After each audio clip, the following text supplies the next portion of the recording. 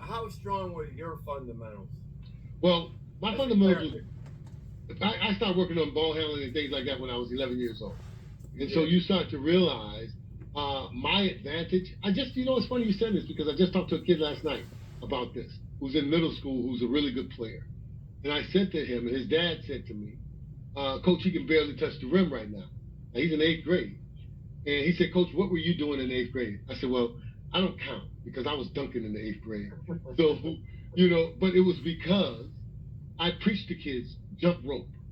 I jumped rope every day because my brother was getting ready to go to the Phoenix Suns, and all summer in New York, I'm running through Central Park, and we're jumping rope at the park. We're doing all of these things, and I think that helped me to have a 40-inch vertical leap because of those things. And I tell kids, jump rope. And one of the little kids said to me yesterday, Coach, all my dad does is tell me to jump rope. Does it work? And I said, yeah, it does.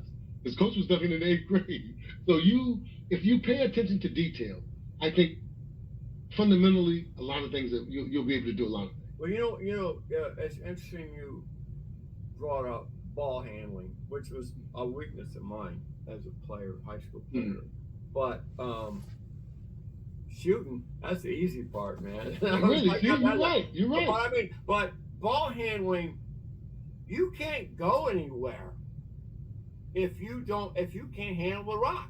And I'm telling you what, it's like Dick Vitale, triple threat position. You got the ball, you're going to threaten to obviously shoot is one option, drive or pass, right? But driving, you have to be a good ball handler for one of those three options. You can't go anywhere if you can't handle. And you notice the best players in the NBA. The NBA, what struck me about the NBA in the past 10 years are players 6'9" and above, that can handle the rock like a point guard.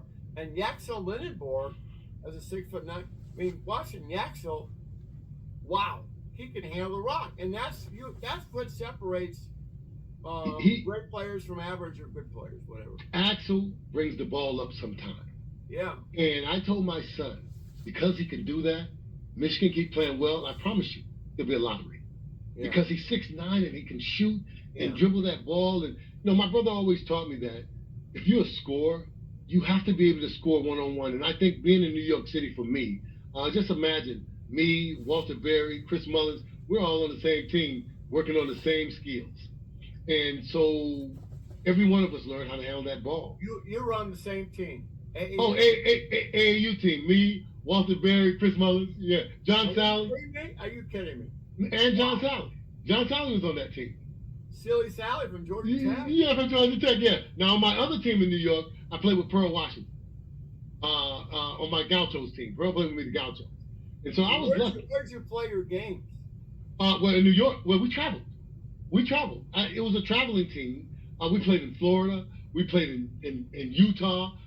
We played in Mexico. Who subsidized all that stuff? On my Gauchos team, Ernie Leutsch. Ernie had all the guys. Everybody knew Ernie from New York. Now, my Gauchos team, that was my Riverside team. My Gauchos team was ran by he was the owner of Secret 7, the alcohol, Lou Dalmeda. Yeah. And so they found me. They asked my brother. Listen, I was a Floridian playing on New York teams. And the next thing I know, we're going to Utah. We're going all over the country playing basketball. I went to Las Vegas, played in Vegas. That's where I met Butch at on one of those AAU teams. Yeah. And listen, I loved it, man. Because of that, I think it helped me become a McDonald's All-American because they saw me everywhere. You think? I think so. Yeah. Duh. But hey, you know what? You bring up an interesting parallel that I was thinking right now. The landscape of college basketball and college football too, but especially college basketball. It's like, and Michigan is a perfect example of this with Dusty May.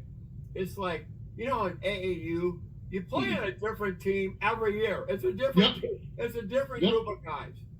College basketball is not like AAU summer league.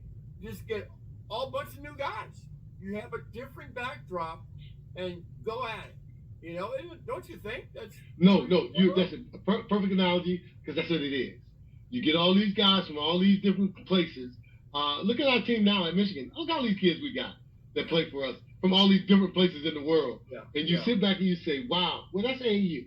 Yeah. That's exactly what it is. And I'm happy, man, that our basketball team is doing so well. I'm proud to walk around and people talk about, hey, man, your basketball team look pretty good. I say, nah, we're pretty darn good.